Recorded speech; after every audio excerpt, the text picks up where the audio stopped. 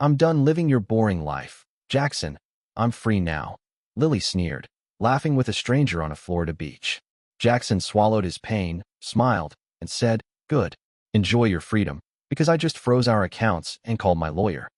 Her face dropped as she realized her new life was about to crash. Jackson, 32, and Lily, 30, had built what looked like the perfect Miami life. Married for 5 years, they were the couple friends envied, stable, driven, and always on the move. Jackson, a graphic designer, poured his heart into his work, crafting vibrant campaigns for local startups.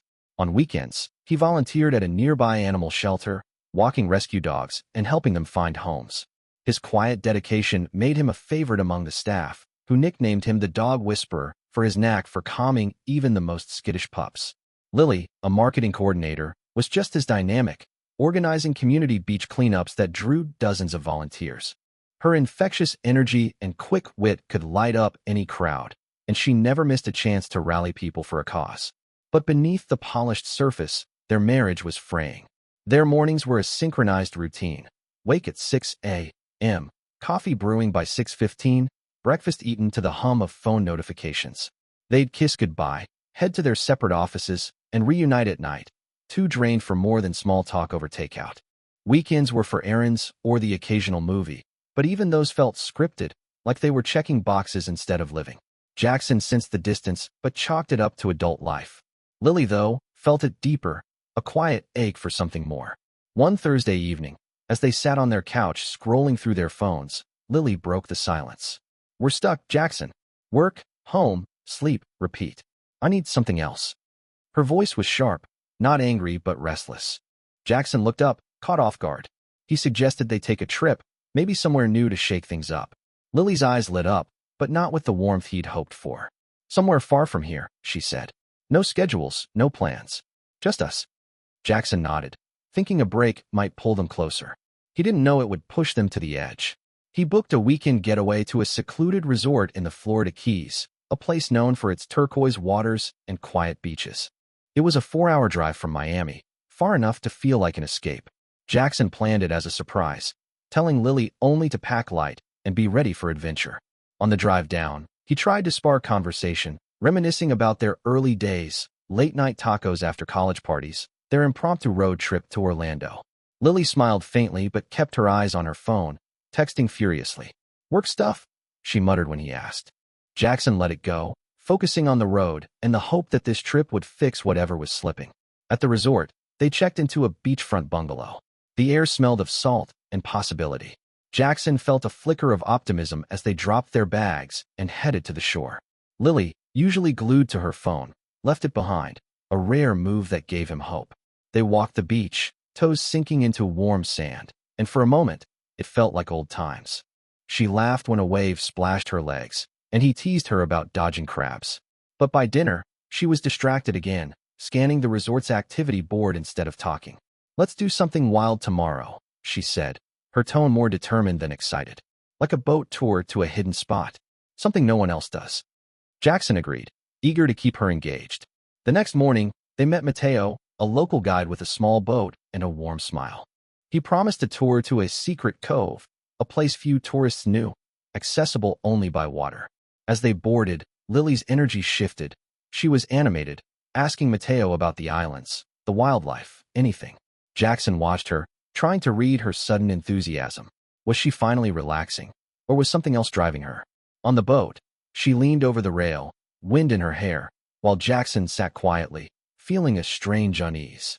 Mateo pointed out a pod of dolphins, and Lily clapped like a kid, but her glances kept drifting to her phone, which she'd slipped into her pocket. The boat docked near a narrow trail leading to the cove.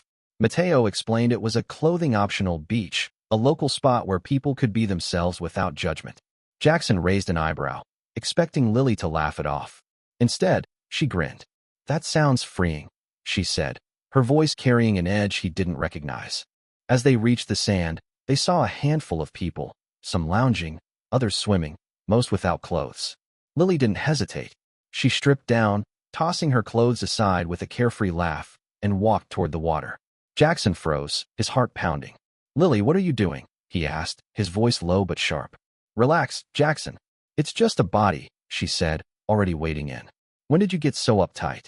Her words stung, but it was her ease, her complete comfort in this strange place, that hit harder. He stayed dressed, standing awkwardly by the trail, watching her splash and laugh with a stranger who joined her in the water. The man, tan and confident, introduced himself as Alex. They talked like old friends, their voices carrying over the waves. Jackson's stomach churned. Was this what she meant by something else? He tried to join them, forcing a smile, but Lily barely acknowledged him. Alex offered a friendly nod, but his attention stayed on Lily. Jackson felt like an outsider in his own marriage. When Lily suggested staying longer, Jackson shook his head. We should head back, he said, his voice tighter than he meant. She shrugged, lingering in the water with Alex. Mateo, sensing the tension, suggested they return to the boat soon. Jackson nodded, walking back alone, his mind racing. This wasn't just a trip, it was a test, and he was failing. Back on the boat, Lily was quiet, her earlier energy gone. Jackson stared at the horizon, replaying her words, her laughter with Alex. He wanted to confront her but held back, hoping it was a one-off, a moment of recklessness. That night, at the resort's bar, he overheard her on the phone, giggling about meeting someone later. His heart sank. He waited until she left for the bathroom, then checked her phone, a risky move, but he needed answers. Text from Alex, planning to meet at a beachside bar. Can't wait to see you again, one read. Jackson's hands shook as he set the phone down. The perfect life he'd built was cracking, and he wasn't sure he could hold it together. Jackson sat alone at the resort's bar, the clink of glasses and distant laughter fading into a dull hum. His phone lay untouched on the counter, Lily's text to Alex burning in his mind. Can't wait to see you again. Meet me at the sandbar tonight. The words looped, each one tightening the knot in his chest. He'd always trusted Lily, believed in their shared life. 5 years of marriage, countless memories. But now, as he sipped his soda, the reality hit. She was slipping away, and he hadn't seen it coming. Lily had left their bungalow an hour ago, claiming she needed fresh air. Jackson knew better. The sandbar, a lively spot just down the beach, was where she'd gone. He wrestled with what to do, confront her, ignore it, or wait. His instinct screamed to act, but he didn't want to be the jealous husband, the one who couldn't let go. Yet the image of her laughing with Alex on that clothing-optional beach, so carefree while he stood frozen, pushed him to his feet. He grabbed his keys and headed out, the humid Florida Keys night pressing against him. The sandbar was buzzing when he arrived. Music pulsing, locals and tourists mingling under string lights. Jackson scanned the crowd, his pulse quickening. There, near the edge of the deck, was Lily, leaning close to Alex. Their heads were bent together, her hand brushing his arm as she laughed. Jackson's stomach lurched, but he stayed calm, weaving through the crowd until he was close enough to hear her voice. This place is so alive, she said, her tone bright, unguarded. Miami feels like a cage compared to this. Alex nodded, his smile easy, predatory. Jackson clenched his fists but kept his distance, watching. He didn't approach, not yet. Instead, he found a spot at the bar, ordered a water, and listened. Lily's words cut deeper than he expected. Jackson's great, but he's predictable, she told Alex. I need more than routines and dog walks. Alex leaned in, his voice low. You deserve to feel free, Lily. No rules, just you. Jackson's jaw tightened. He wanted to storm over, demand answers, but something held him back, a need to understand how far this had gone. As the night wore on, Lily and Alex moved to the dance floor, their bodies close, her laughter louder. Jackson's phone buzzed, a text from Mateo, the boat guide, who'd noticed him at the bar. Everything okay, man? Saw your wife here with that guy? He's bad news. Works the resorts, charms tourists. Jackson's grip tightened on the phone. Alex wasn't just a random stranger. He was a player, preying on people like Lily. The realization didn't ease the sting, but it gave Jackson focus. This wasn't just about betrayal. It was about Lily being manipulated, and he needed to act smart. He left the bar before Lily noticed him, his mind racing. Back at the bungalow, he paced, piecing together the last few months. Lily's late nights at work, her sudden obsession with her phone, the way she'd pulled away from him emotionally. It all pointed to something deeper. He checked their shared bank account on his phone, a habit from their budgeting days. His heart sank. Several large withdrawals, all from Lily's card, had gone to unfamiliar vendors, hotels, restaurants, none in Miami. She'd been planning this life, this freedom, for a while. Jackson's first instinct was to call her, to scream, but he stopped himself. Anger wouldn't fix this. He needed proof, a way to protect himself. He texted a friend, Sarah, a lawyer in Miami who specialized in family law. Need advice. Found out Lily's cheating. What's my next step? Sarah replied quickly. Secure your finances. Document everything. Don't confront her yet. Get your ducks in a row. Jackson followed her advice, logging into their bank app and transferring half their savings to a separate account he controlled. It felt cold, calculated, but necessary. The next morning, Lily returned to the bungalow at dawn, her hair tousled, eyes avoiding his. Late night? Jackson asked, keeping his tone neutral. She shrugged, mumbling about losing track of time. He didn't push, but the silence between them was heavy, charged with unspoken truths. Over breakfast, she suggested another boat tour with Mateo, acting as if nothing had changed. Jackson agreed, but his mind was elsewhere. He needed to see how far she'd take this, and he wanted to talk to Mateo about Alex. On the boat, Mateo pulled Jackson aside while Lily chatted with another tourist. Alex is trouble, Mateo whispered. He's been banned from 2 resorts for scamming guests, mostly women. Takes their money, their time, then ghosts them. Jackson nodded, his suspicions confirmed. He glanced at Lily, who was laughing, oblivious to the conversation. Does she know? He asked. Mateo shook his head. Doubt it. He's smooth. She thinks it's all her idea. The boat docked at another secluded beach, but Jackson stayed on board, claiming a headache. Lily didn't protest. She was already halfway down the trail, Alex waiting at the shore. Jackson used the time to dig deeper, checking Lily's social media on his phone. She'd posted a selfie with Alex, captioned, "Living my truth."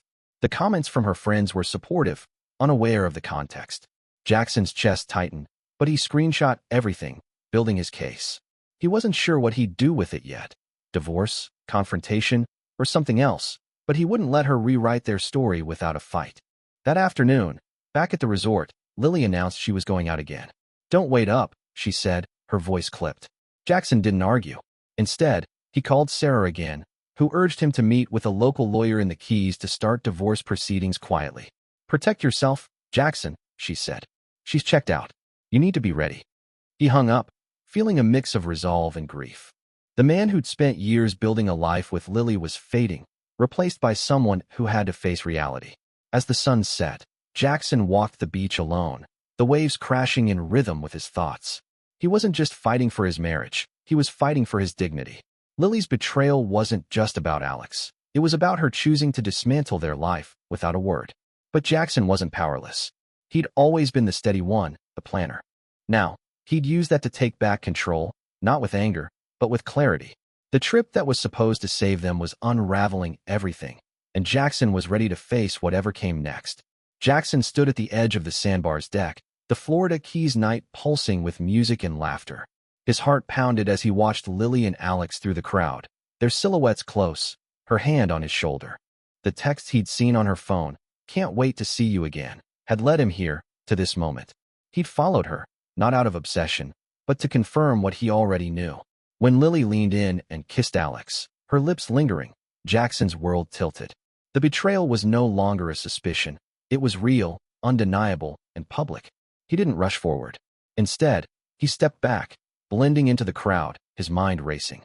5 years of marriage, shared dreams, quiet mornings, promises, dissolved in that single act. Jackson's hands shook, but he forced himself to breathe, to think. He could confront her now, make a scene, but what would that solve?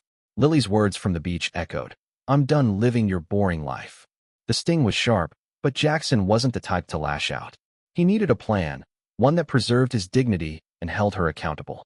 He slipped out of the bar and walked the beach, the waves drowning out the music. His phone buzzed, another text from Sarah, his lawyer friend in Miami. Found a local attorney in Key West. Meet him tomorrow, 9 a.m. Secure your assets now. Jackson replied, confirming the meeting, then called his bank. He froze their joint credit cards and moved more funds to his personal account, ensuring Lily couldn't drain their savings further. It felt clinical, but necessary. Her recent withdrawals, thousands spent on dinners and hotels, showed she'd been living a double life. Back at the bungalow, Jackson waited. Lily stumbled in at 2 a.m., her laughter fading when she saw him sitting on the couch, wide awake. "You're up late," she said, avoiding his eyes. Jackson kept his voice steady. "Where were you, Lily?" She shrugged, claiming she'd been hanging out with new friends. The lie was flimsy, and Jackson didn't push. Instead, he said, "We need to talk about us. Tomorrow." She nodded, distracted, and went to bed. He stayed up, screenshots of her texts to Alex saved, his resolve hardening. The next morning, Jackson met the attorney, a sharp-eyed man named Daniel, at a small office in Key West. Daniel listened as Jackson laid out the situation, Lily's behavior, the texts, the kiss, the withdrawals. "You've got grounds for divorce," Daniel said. "Florida's a no-fault state, but her financial misconduct strengthens your case for asset division. Start gathering evidence, bank statements, messages, anything." Jackson nodded, handing over the screenshots. Daniel also suggested a private investigator to track Lily's actions, but Jackson hesitated. He wanted justice, not a vendetta. Back at the resort, Lily was already gone, leaving a note. "Out exploring. Back later." Jackson's gut twisted, but he used the time to dig deeper. He logged into their shared cloud account, finding photos Lily had uploaded, her and Alex at a beach bar, their smiles too intimate. He forwarded them to Daniel, each click fueling his determination. Then he texted Mateo, the boat guide, who'd warned him about Alex. "Need to talk. Can you meet?" Mateo agreed, suggesting a quiet cafe near the marina. At the cafe, Mateo didn't sugarcoat it. "Alex is a hustler," he said, sipping coffee. "He targets women like Lily, bored, looking for excitement. Gets them to spend money, then moves on. I've seen him do it before." Jackson's jaw clenched. "Has she spent a lot with him?" Mateo nodded. "Saw her pay for drinks, boat rentals. He's good at making it seem like her idea." Jackson thanked him, his mind shifting from hurt to strategy. Lily wasn't just cheating. She was being played, and he wouldn't let her drag him down with her. That evening, Jackson found Lily at the bungalow, packing for another outing. He couldn't hold back anymore. "I saw you last night," he said, his voice calm but firm. "At the sandbar, with Alex. Kissing him." Lily froze, her eyes darting to the floor. "It's not what you think," she started, but Jackson cut her off. "I know about the texts, the money you've been spending. I deserve the truth." Her silence was deafening. Finally, she snapped, "You don't get it, Jackson. I'm suffocating with you.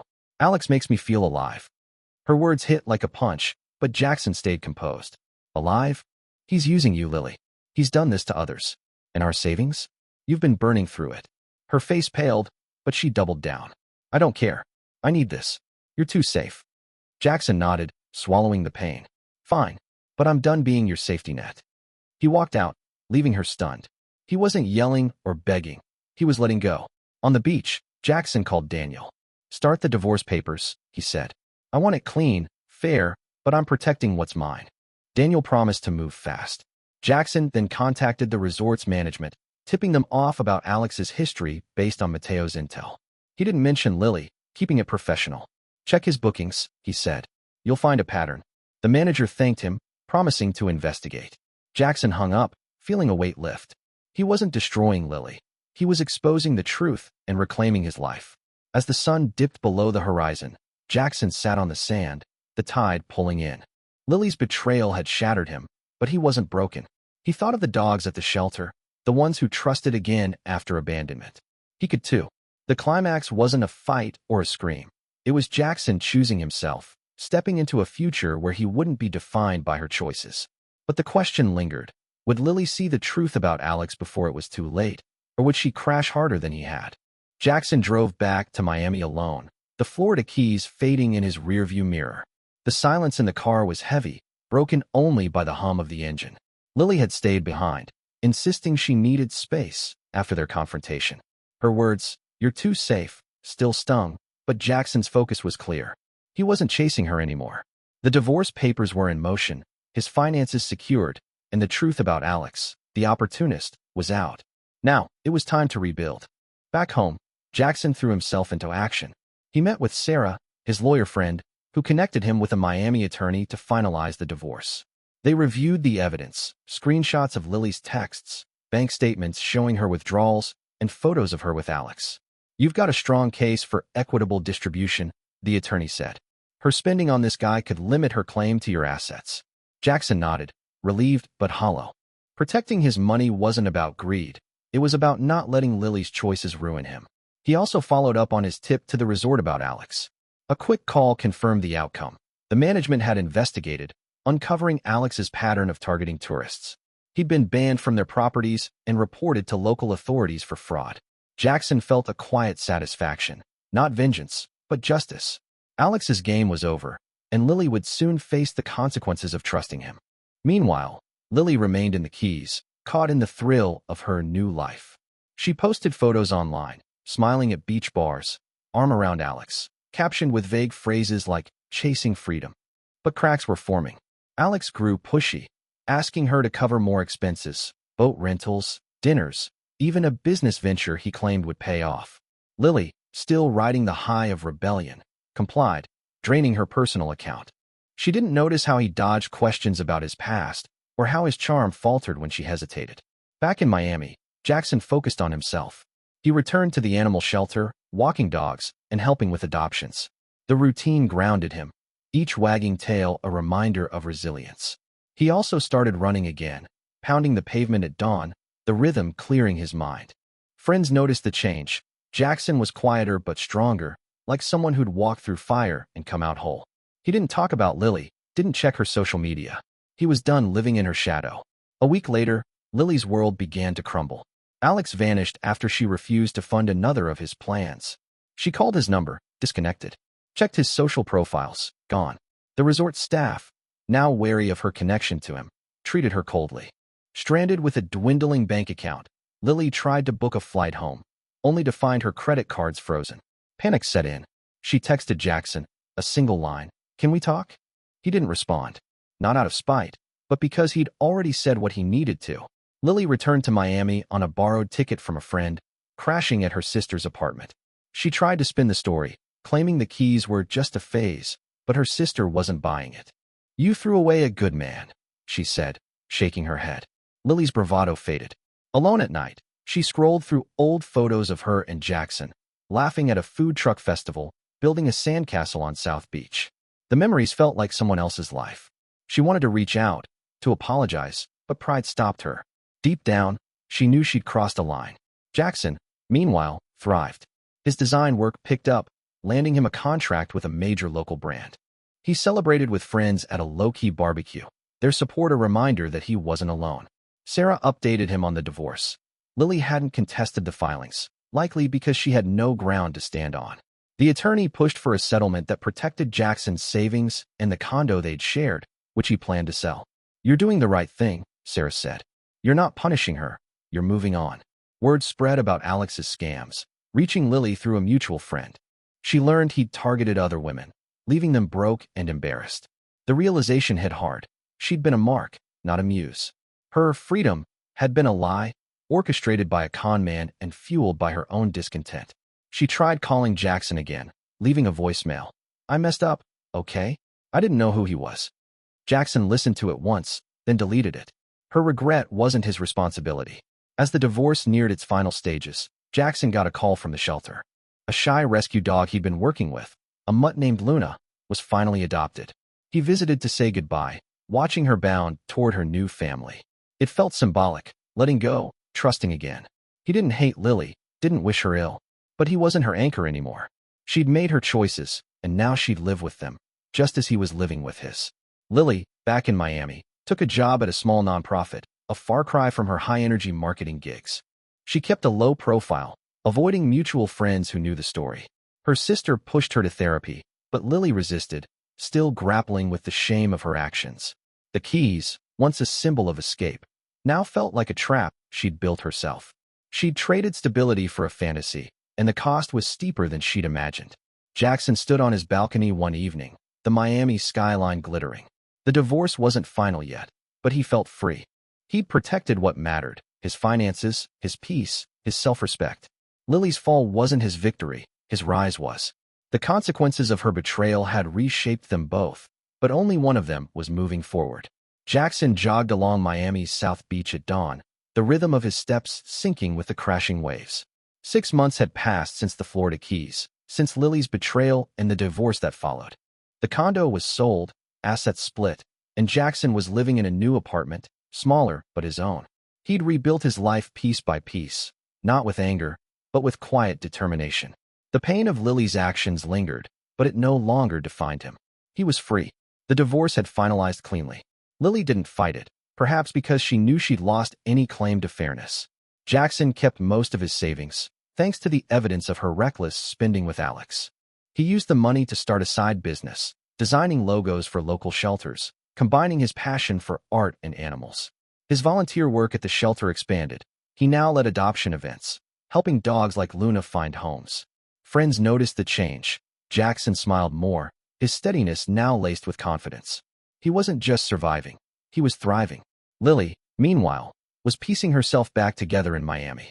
After returning broke from the Keys, she'd settled into her sister's spare room, taking a low-paying job at a nonprofit organizing community events. The work was humbling, a stark contrast to her flashy marketing career. She avoided old haunts, too ashamed to face mutual friends who knew about Alex. Her social media, once filled with carefree posts, went quiet. She'd learned the hard way that her freedom was a mirage, orchestrated by a con man who'd left her with nothing but regret. One evening, Lily reached out. She sent Jackson a text. "Can we meet? I owe you an apology." Jackson stared at the message, his thumb hovering over the screen. Part of him was curious. What could she say now? But he didn't need her words to move on. He replied politely, "I appreciate it, but I'm good. Wish you the best." He meant it. Holding on to resentment would only tether him to the past. He hit send, then headed to the shelter, where a new litter of puppies needed his attention. Lily didn't push. She'd started therapy, prodded by her sister, and was beginning to unpack why she'd thrown away her marriage. Alex's betrayal had been a wake-up call, forcing her to confront her own discontent. She wasn't the vibrant woman who'd once rallied crowds for beach cleanups. That spark was dimmer now, tempered by humility.